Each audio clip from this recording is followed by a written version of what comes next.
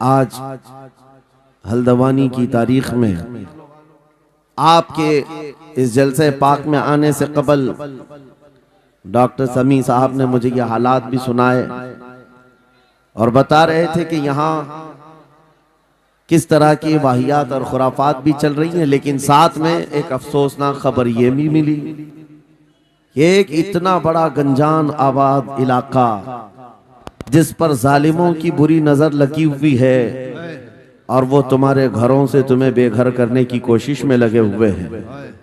एक बात याद रखो, मैं आज के इस मिंबर से उन्हें पैगाम दे करके जाता हूं, तुम क्या तुम्हारे बाप दादाओं ने भी उखाड़ने की कोशिशें की हैं।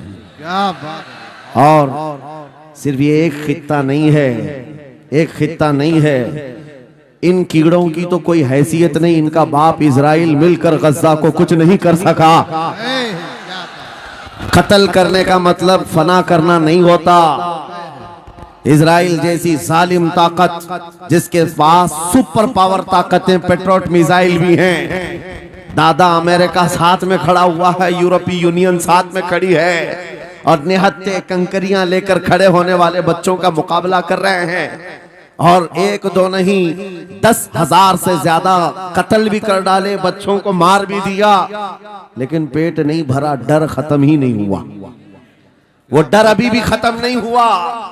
हजारों को कत्ल तो कर लिया, लेकिन रात की नींद और चैन अभी भी बेकार है, गारत है, क्योंकि उन्हें अंदाजा है इस बात का कि इनमें एक भी जिंदा बाकी रह गया तो कल का वो सलाहुद्दीन बन सकता है। क्या बात।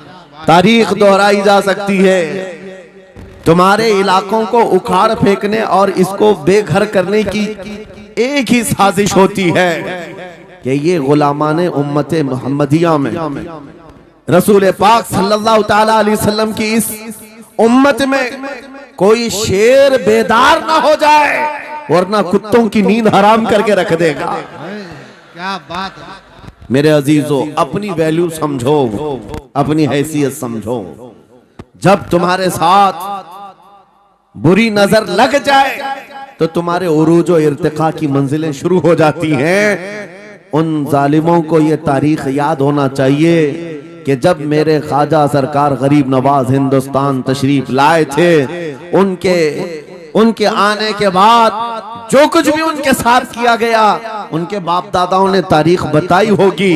गरीब नवाज को निकालने के लिए, उनकी झोपड़ी उजाड़ने के लिए, उनके खीमे को तोड़ने के लिए, यहाँ तक के सरकार गरीब नवाज जिस दरख्त के नीचे बैठे वहां से उठवा दिया, क्या क्या नहीं किया।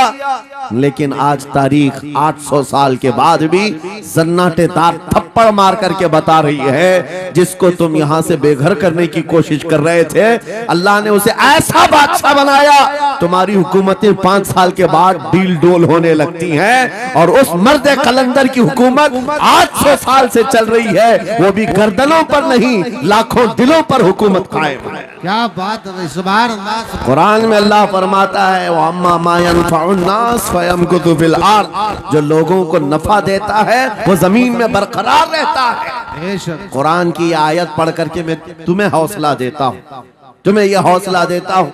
अल्लाह ने कुरान में फरमाया, इन्ना अर्दी वासिआ, मेरी जमीन बहुत कुशादा है, मेरी जमीन बहुत कुशादा है।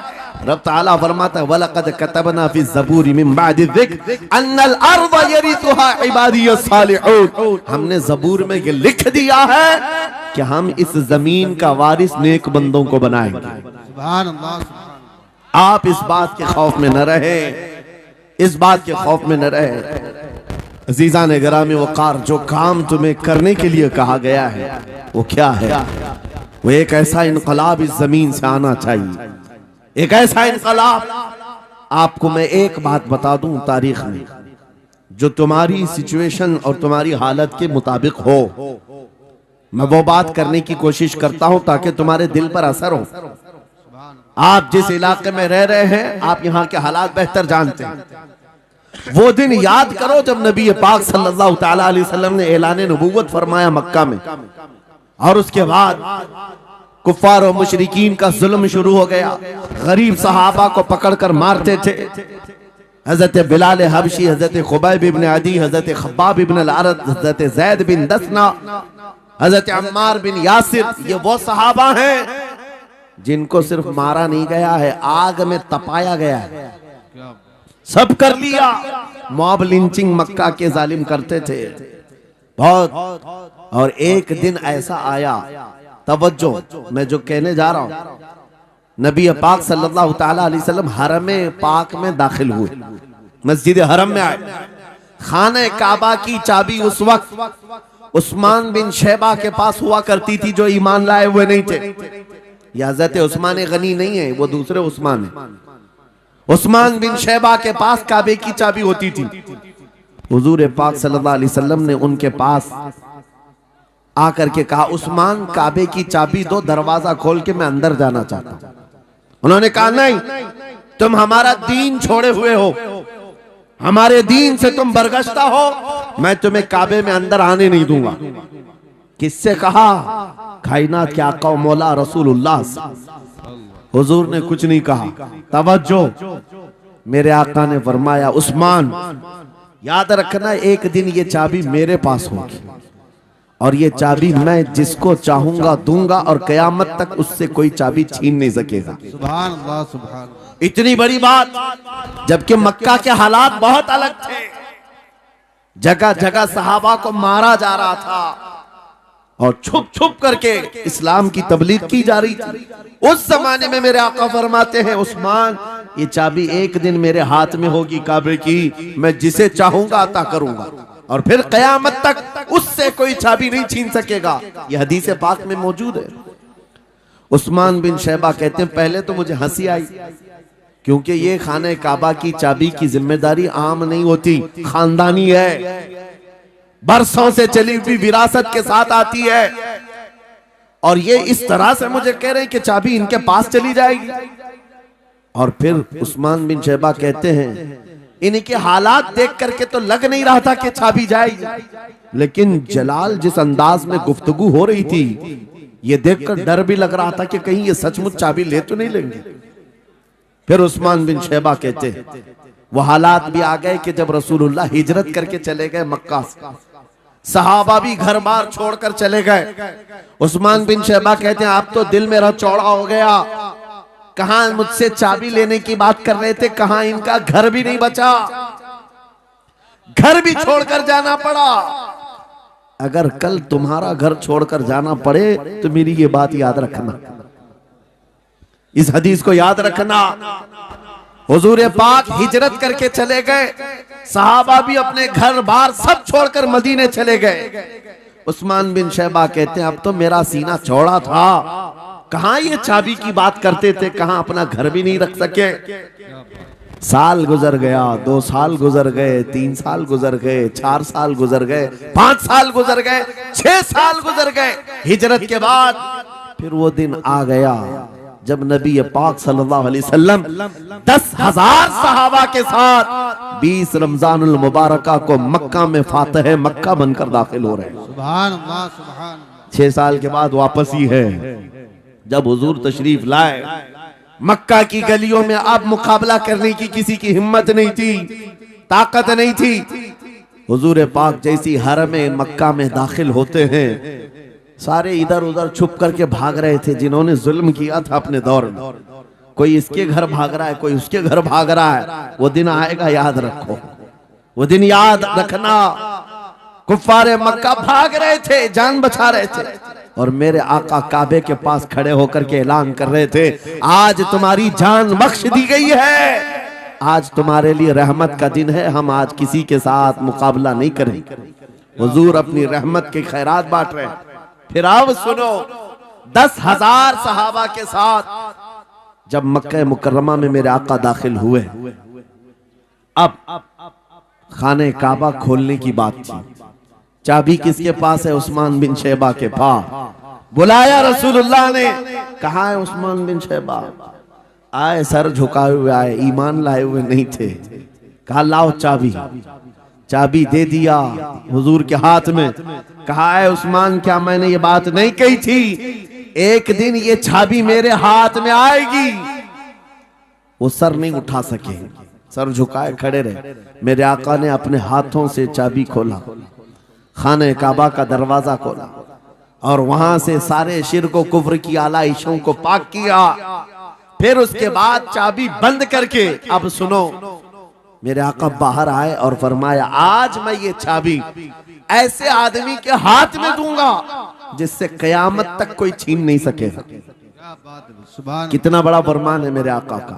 सुभान हुजूर ने जब ये फरमाया तो जो बड़े बड़े सहाबा थे उनके दिलों में ख्वाहिश थी, काश चाबी हमें मिल जाए, हमारे खानदान में चलती रहे। वहां सिद्दीक अकबर भी हैं, फारूक आजम भी हैं, उस्मान इब्न अफ्फान भी हैं, हैदर कर्रार भी हैं, रिदवानुल्लाहि अलैहिम अजमाइन। सब सहाबा के दिल में ये ख्वाहिश थी, ये चाबी हमें मिल जाए। मेरे आका सल्लल्लाहु अलैहि वसल्लम ने सबकी तरफ देखा और फिर आयत पढ़ी, इन्नल्लाह यअमुरुकुम अन तुअद्दुल अमानाति इला अहलिहा। बेशक अल्लाह तुम्हें हुक्म देता है अमानत उसके अहल के सुपुर्द कर दो। ये आयत पढ़ करके मेरे आका फिर उन्हीं शख्स को बुलाते हैं जिनके पास पहले से चाबी थी, उस्मान बिन शैबा, करीब आओ, करीब आओ। वो कहते हैं मेरी तो हालत गैर थी, आज तो मैं मुजरिम बन करके आया था, कैदी बन करके आया था, मुझे तो आज मारा जाना था, ईमान लाए हुए नहीं थे। हुजूर ने कहा ये चाबी वापस मैं तुमको ही देता हूँ और सुबह कयामत तक ये तुम्हारे खानदान में रहेगी। सुभान अल्लाह। इतना कहना था, उस्मान बिन शैबा ने पुकार कर कहा, ला इलाहा इल्लल्लाह मुहम्मदुर रसूलुल्लाह। क्या बात है, सुभान। मेरे अजीजों, आज भी जाकर देख लेना, दसियों बादशाह आए होंगे, सैकड़ों हुकूमतें बदल गई होंगी, खाने काबा की चाबी आज भी उस्मान बिन शैबा के खानदान में ही मौजूद है। वो सहाबी रसूल। मैं ये हदीस इसलिए आपके सामने अर्ज किया, तुम उस रसूल के उम्मती हो, उस रसूल के उम्मती हो जिन्हें एक बार ललकार करके चैलेंज कर दिया गया था कि काबा की चाबी नहीं देंगे।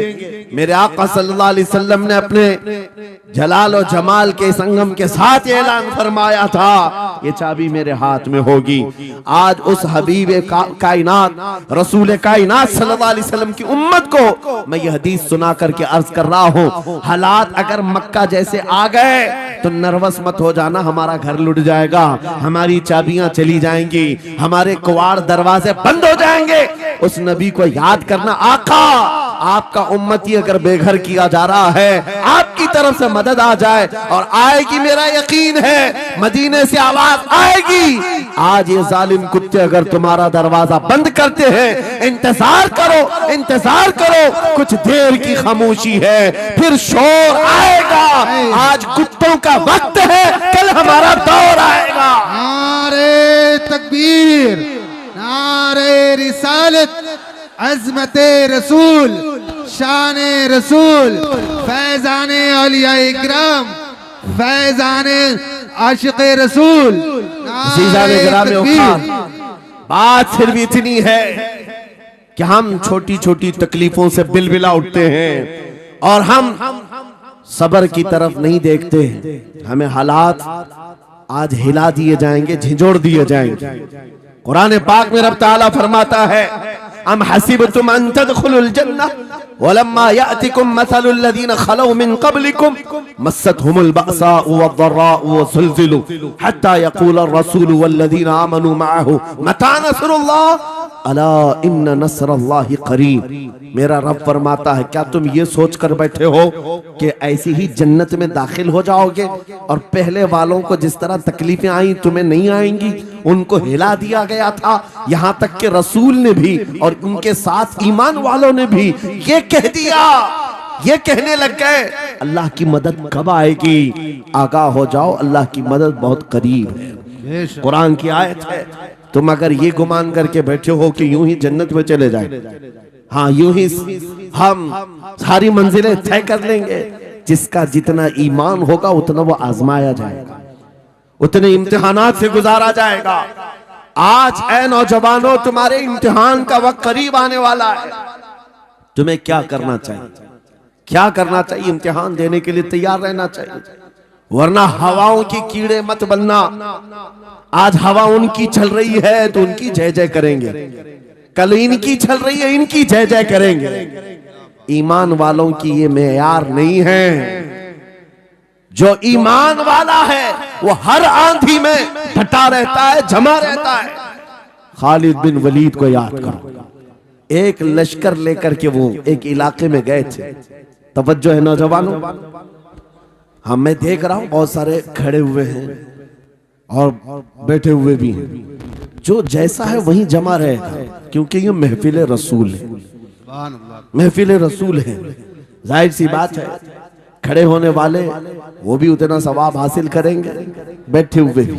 लेकिन कुरान कहता है ला यस्तविल काइदून, यानी बैठे हुए लोग खड़े हुए लोगों के बराबर नहीं होते। खैर बात यह है कि आप अपना जहन इस तरफ रखें, खालिद बिन वलीद उस अजीम मुजाहिद की बात कर रहा हूं रदी अल्लाह तआला अन्हु। एक लश्कर लेकर, नौजवानों का लश्कर था, एक ईसाई किले का मुहासरा कर लिया।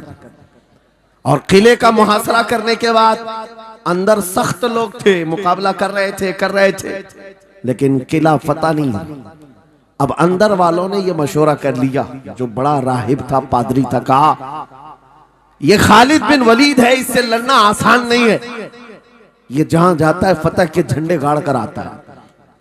उसने जो गुरु घंटाल था सबको जमा किया और कहा मैं एक तरीका ढूंढा हूं, इसके जरिए से इनके ऊपर हम कामयाबी हासिल कर लेंगे। सबने कहा हम इत्तेफाक करते हैं। कहा क्या तरीका है? गुरु ने कहा, पादरी ने कहा ये बैठाए ये सब चीजें महफिल रसूल के आदाब नहीं। जो लोग बैठा रहे हैं, मैं कह रहा हूं जो जहां है जिस हालत में है खड़े रहेंगे इंशाल्लाह। आप अगर खड़े होने में दिक्कत महसूस कर रहे हैं, मैं भी खड़ा होता हूं इंशाल्लाह, ठीक है?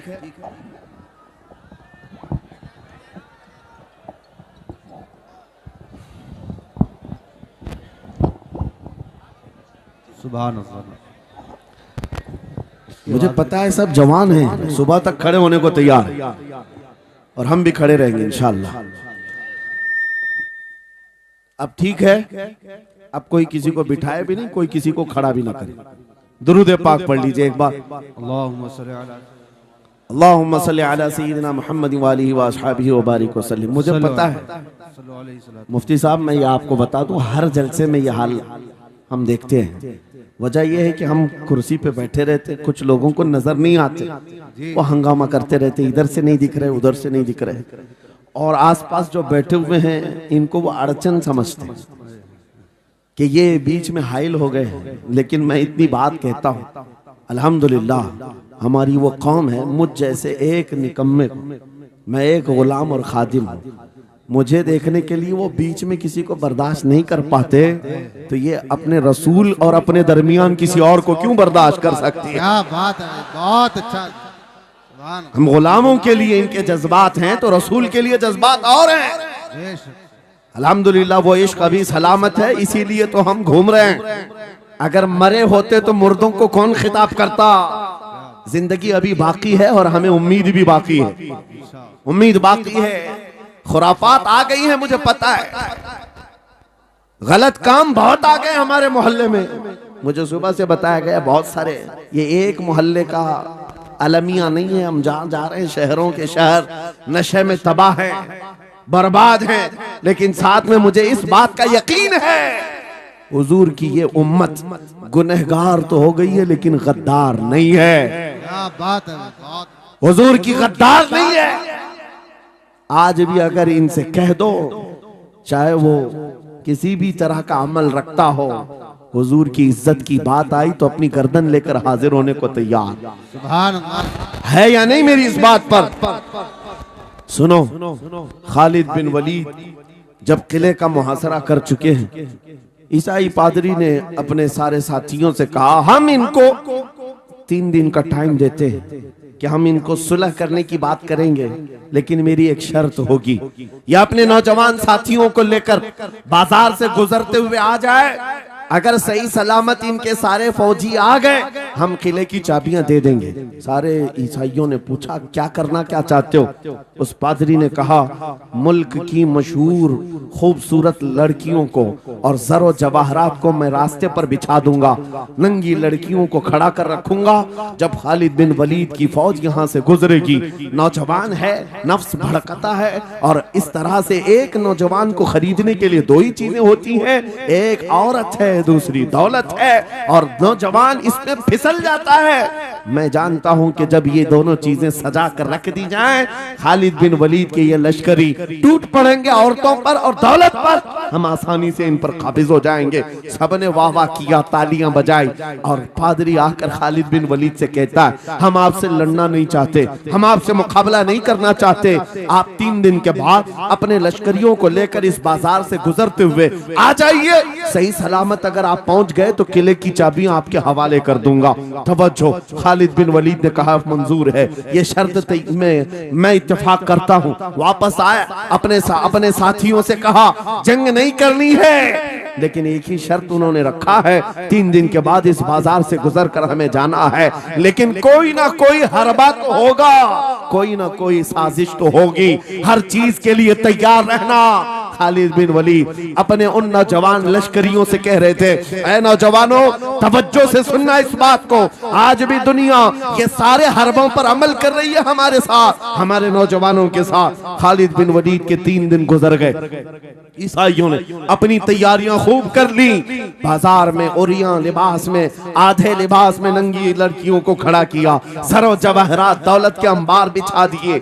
जब खालिद बिन वलीद के सिपाही मैदान में गुजरते हुए उस बाजार में आते हैं, पहला कदम रखा था, नजरें पड़ गई, खालिद बिन वलीद रुक गए, पलट गए, अपने लश्करियों से कहा वही आज मैं तुमसे कह रहा हूं। उन्होंने कहा था ऐ नौजवानों, ऐ रसूलुल्लाह के शहदाइयों, तुम्हारी इम्तिहान का दिन है, आज तुम्हारे इम्तिहान का दिन है। अगर तुम्हारा कदम फिसल गया, सुबह क़यामत तक तुम पर लानतों की फटकार होगी, और अगर जमा रहा, सुबह क़यामत तक अल्लाह की रहमत के फूल बरसाए जाएंगे। नौजवानों ने पूछा करना क्या है हमें, आज कौन से इम्तिहान में कामयाब होने का तरीका क्या है इस इम्तिहान में? खालिद बिन वलीद ने कहा कुछ ना करना, बस अपने रसूल की सुन्नत पर अमल करना। कहा हम तो करते हैं, यहाँ क्या करना है? खालिद बिन वलीद कहते हैं मैंने मेरे मुस्तफा करीम को देखा है, जब रसूलुल्लाह मदीने के बाजार से गुजरते थे अपनी नजरें नीची करके जाते थे। आज तुम बाजार से जा रहे हो, बस इस सुन्नत पर अमल कर लो, अपनी हया की नजरें झुकाकर चलना, फिर उसके बाद अल्लाह मालिक है। खालिद बिन वलीद के जोश और वलवले से भरी हुई ये तकरीर ऐसी असर कर गई, वो नौजवान एक दो नहीं थे, सैकड़ों की तादाद में थे, सर झुकाए बाजार से ऐसे चल रहे हैं। तारीख निगार कहते हैं वो इस तरह से चल रहे थे कि उनके सरों पर अंडा भी रख दिया जाता तो नहीं गिरता, ना इधर हिलाए ना उधर हिलाए, ना इधर देखे ना उधर देखे, और बराबर अपनी नजरें जमीन पर झुकाए हुए तेजी से चलते हुए उस किले के फाटक तक पहुंच गए। वहां वो पादरी साहब इंतजार में थे, भटक गए होंगे, औरतों से भिड़ गए होंगे, दौलत जमा कर रहे होंगे, मगर ये दीवाने ठुकराते हुए हर दौलत और उरियानियत को उस किले के फाटक तक पहुंच गए। पादरी सामने आया, किले की चाबियां वादे के मुताबिक खालिद बिन वलीद की गोद में डाल दिया और कहा एक बात बताओ ऐ खालिद, एक बात तो बताओ, ये जो तुमने जमाअत, ये जो तुमने लश्कर जमा किया है सिपाहियों का, ये इंसान है या फरिश्ते हैं? इनके दिल है या नहीं? इनकी ख्वाहिशात है या नहीं? इनके जिस्मों में नफ्स है या नहीं? हमने मुल्क की सबसे खूबसूरत तरीन औरतों को खड़ा कर दिया था, दौलत को बिछा दिया था, इनमें से एक भी की तरफ तवज्जो नहीं किया। खालिद बिन वलीद मुस्कुराकर जो जवाब देते हैं वो हमारा ईमान होना चाहिए। क्या जवाब देते हैं? फरमाते नादान, ऐसा ही उन आंखों को तू खरीदने की कोशिश कर रहा था जिन आंखों में पहले से जमाले मुस्तफा बसा हुआ। क्या बात है, सुभान अल्लाह।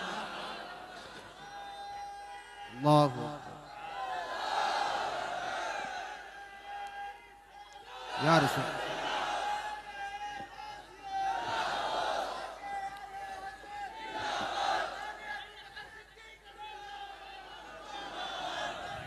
ये जो लोग लाइट के करीब हैं इनसे गुजारिश है कि आप हट जाएं। करंट मेरे अजीजों, ये जवाब था उन आंखों को दुनिया का हुस्न क्या धोखा दे सकता है जिन आंखों में पहले से जमाले मुस्तफा बसा हुआ। और तारीख ने बार बार ये गुमराह करने की कोशिशें की, एक बार नहीं, दो बार नहीं। कलयुबी में एक हिकायत है, हजरत शहाबुद्दीन कलयुबी ने लिखा है, 3 भाई एक ईसाई बादशाह की कैद में आ गए थे। तीनों सगे भाई थे और जवान भी थे। जवान ज्यादा है इसलिए खिताब कर रहा हूं। इसका मतलब ये नहीं है कि बूढ़ों के लिए कोई नसीहतें नहीं। इंसान है, नफ्स है, तो सबके लिए, सबके लिए है। 3 जवान कैद में आ गए।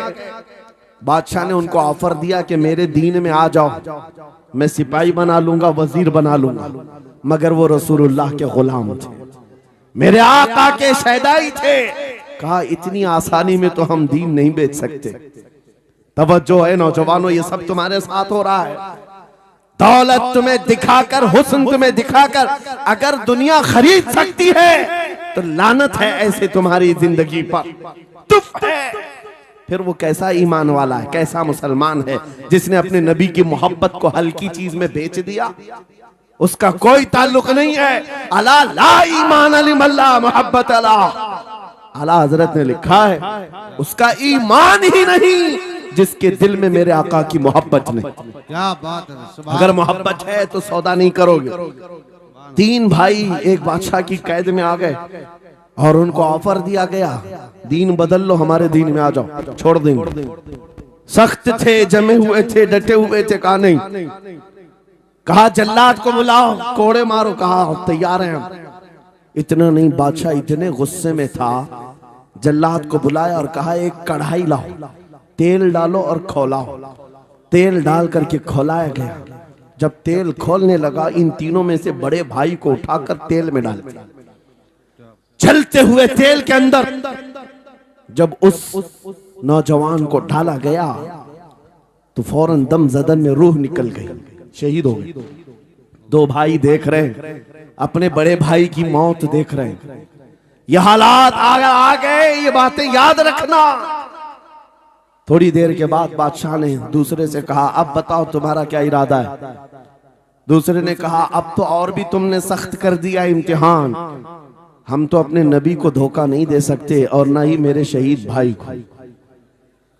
बादशाह ने दूसरे को उठाया और तेल में डाल दिया, खोलते हुए तेल में डाल दिया। 2 शहीद हुए। तीसरा जो था वो 22 साल 25 साल के बीच का था। ये भरी जवानी है, अंगारा होता है। हर नौजवान को ये लगता है कि ये दिन हमारे ऐश के हैं। दुनिया में जहां चमकती हुई चीज को देखता है दिल दे बैठता है, माँ बाप से भाग जाता है, घर बार को छोड़ देता है, उसको हर अच्छी चीज बुरी लगने लग जाती है। ये उम्र बड़ी खतरनाक मंजिल पे आ जाती है। नौजवानों, जो इस उम्र में बच गया इंशाअल्लाह वो आगे भी बच जाएगा, आगे भी बच जाएगा। 22 साल का खड़ियल जवान है जिसके सामने उसके 2 भाइयों को खोलते हुए तेल में डाला गया। उसकी कैफियत क्या होना चाहिए। अब पूछा गया तुम्हारा क्या इरादा है। कहा इस तरह तुम 100 बार भी तेल में डालोगे तो मैं यही कहूंगा मेरा रसूल मोहम्मद सुभान अल्लाह सल्लल्लाहु अलैहि वसल्लम, हमारे आका मोहम्मद सल्लल्लाहु अलैहि वसल्लम है, मैं यही कहूंगा। बादशाह इतने गुस्से में था, कहा कि इसको चीर दो, इसको काट दो। वजीर था बादशाह का चालाक, उसने कहा इसको कत्ल कर देने, मार देने से कुछ होगा नहीं, मुझे 1 महीने का टाइम दे, इसको चेंज करके लेके आऊंगा, अगर नहीं लाया तो मेरी जिंदगी दांव पे लग जाए। बादशाह ने कहा ले जाओ, 1 महीने का टाइम है, इसको बदल करके लाओ। वजह यह थी कि उस वजीर के घर में बड़ी खूबसूरत लड़की थी जिसके रिश्ते के लिए बड़े बड़े बादशाहों के शहजादों के पैगामात आते थे। वजीर ऐसा था कि इस एक नौजवान पर अपनी पूरी मेहनत सर्व करना चाहता था।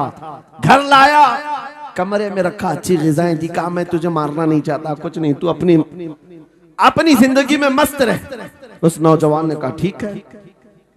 उसके बाद अपनी बेटी को लगा दिया, ए बेटी तेरे पास तेरे बाप को बचाने के लिए एक ही काम है, इस जवान का दिल जीत करके ले आ, बादशाह से जो चाहे तुझे दिला दूंगा। उस लड़की ने कहा ये तो चुटकी का काम है मेरा। जिसके पास हुस्न होता है उसे ऐसा लगता है हर किसी को अपने दामे फरेब में फंसाएगी। इतना आसान नहीं है, हर कोई लट्टू नहीं होता। रात को जब ये लड़की आती, नौजवान मुसल्ला बिछाता, सजदे में चला जाता और वो खड़ी रहती, बैठी रहती, खड़ी होती, बैठी होती। रात गुजर जाती, वो ओंग ओंग कर चले जाती।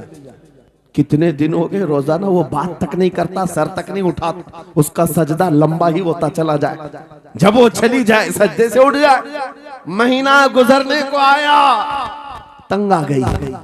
कहा उस जवान को, ए नौजवान, ए पत्थर दिल के लड़के, जरा उठकर एक बार मुझे देख तो ले।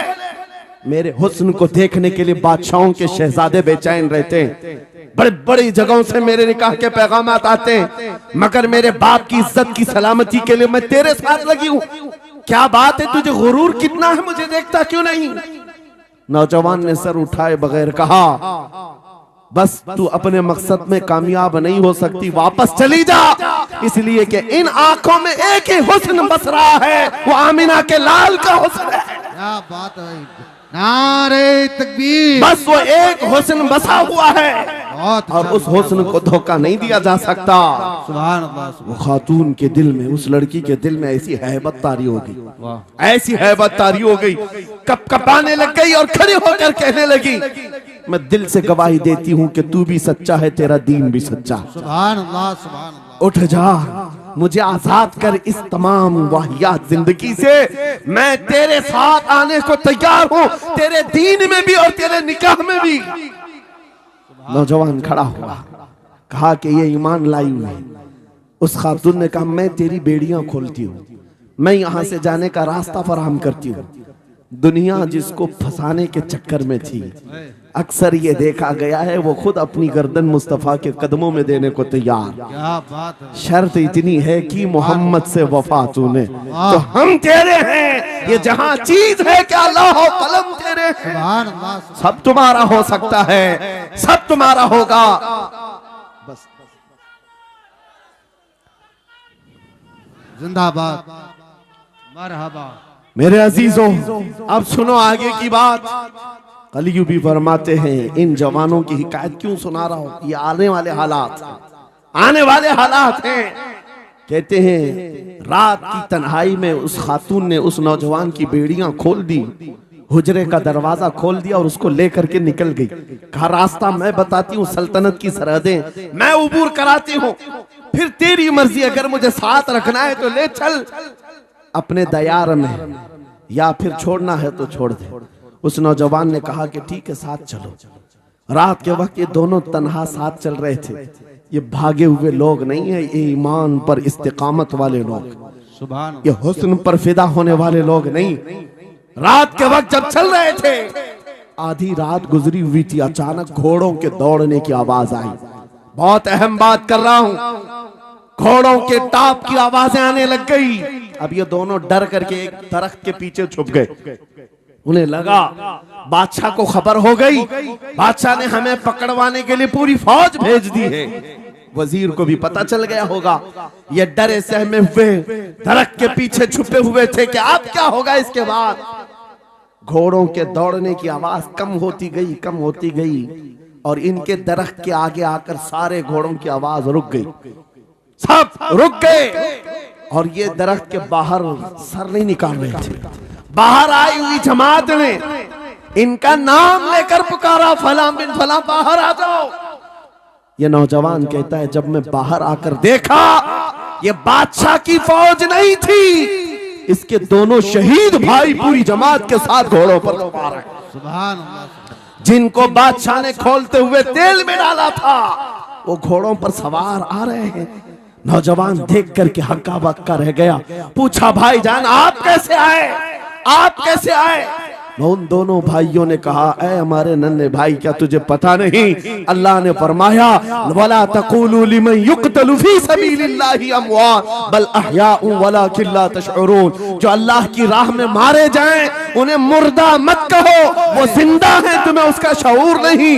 ये सिर्फ तू हमें देख रहा है, पहचान रहा है, तुझे पता है ये जो जमात हमारे साथ आई है आम लोगों की नहीं, ये बदर खंदक के सहाबा की जमात है। सुभान अल्लाह, सुभान अल्लाह, बहुत अच्छा या रसूल मरहबा। अल्लाह, बात सिर्फ इतनी है, बात सिर्फ इतनी है, अगर तुम अल्लाह के सच्चे बंदे बन जाओ, हुजूर के वफादार बन जाओ, पूरी दुनिया तुम्हारे लिए घुमा दी जाए, हालात तुम्हारे लिए बदल दिए जाएंगे। थोड़े दिनों की बात है, इसीलिए इकबाल ने कहा था, सच्ची बात है नौजवानों, मेरा पैगाम ये है, अगर सुनना है तो सिर्फ इतना है, कुफ्र दम तोड़ देगा टूटी हुई शमशीर के साथ, कुफ्र दम तोड़ देगा टूटी हुई शमशीर के साथ। घर तुम निकल आ जाओ एक बार नारे तकबीर के साथ। नारे तकबीर, नारे रिसालत, नारे गौसियत, लब्बैक या रसूल अल्लाह, लब्बैक या रसूल अल्लाह, नारे तकबीर। अब बात ये सुनकर के चलो, दो मिसालें मैंने तुम्हारे सामने रखी, एक सैयदना खालिद बिन वलीद की, एक ये तीन नौजवान भाइयों की। दोनों जगह पर भी मैंने आपके सामने रखा, दुनिया ने किस जरिए से हमें खरीदने की कोशिश की। खालिद बिन वलीद के जवानों को भी दुनिया औरत और दौलत से खरीदना चाहती थी, इन तीन जवान भाइयों को भी दुनिया दौलत और औरत से खरीदना चाहती थी। आज भी वही सिचुएशन है। आज अगरचे सामने तुम्हारे सामने नहीं लाया जाता, लेकिन हर एक की मुट्ठी में इंटरनेट पहुंचा करके, गंदी तस्वीरें तुम्हारे सामने पहुंचा करके तुम्हारे ईमान को खरीदने की दुनिया कोशिश में लगी हुई है। आपको पता है पूरी दुनिया की सबसे बड़ी इंडस्ट्री पोर्नोग्राफी की है। ये बॉलीवुड और हॉलीवुड कुछ नहीं लगते उसके सामने। पोर्नोग्राफी जो और यहाँ गंदी फिल्में बनाने वाली इंडस्ट्री सबसे बड़ी है, करोड़ों अरबों डॉलर उसमें खर्च किए जाते हैं। किस वजह से? तुम्हारी आंखों की हया खत्म हो जाए, तुम्हारे ईमान का कत्ल हो जाए। आज नौजवान ये समझता है मेरी मुट्ठी में मोबाइल है, मुझे कौन देख रहा है। ये घर के अंदर तारीकी में बैठ करके अपनी आंखों का सौदा कर रहा है। इन और यहाँ तस्वीरों को तुम अपनी उंगलियों के पोर से हिला हिला करके देख रहे हो। एक बात याद रखना, हो सकता है तुम्हारी माँ से पोशीदा है, तुम्हारे बाप से छुपी हुई हरकत है, तुम्हारे भाई और दोस्तों से छुपी हुई हरकत है। कुरान कहता है यअलमु खाइनतल अयुनि वमा तुख्फी सुदूर, वो अल्लाह है जो तुम्हारी आंखों की खयानत को देख रहा है।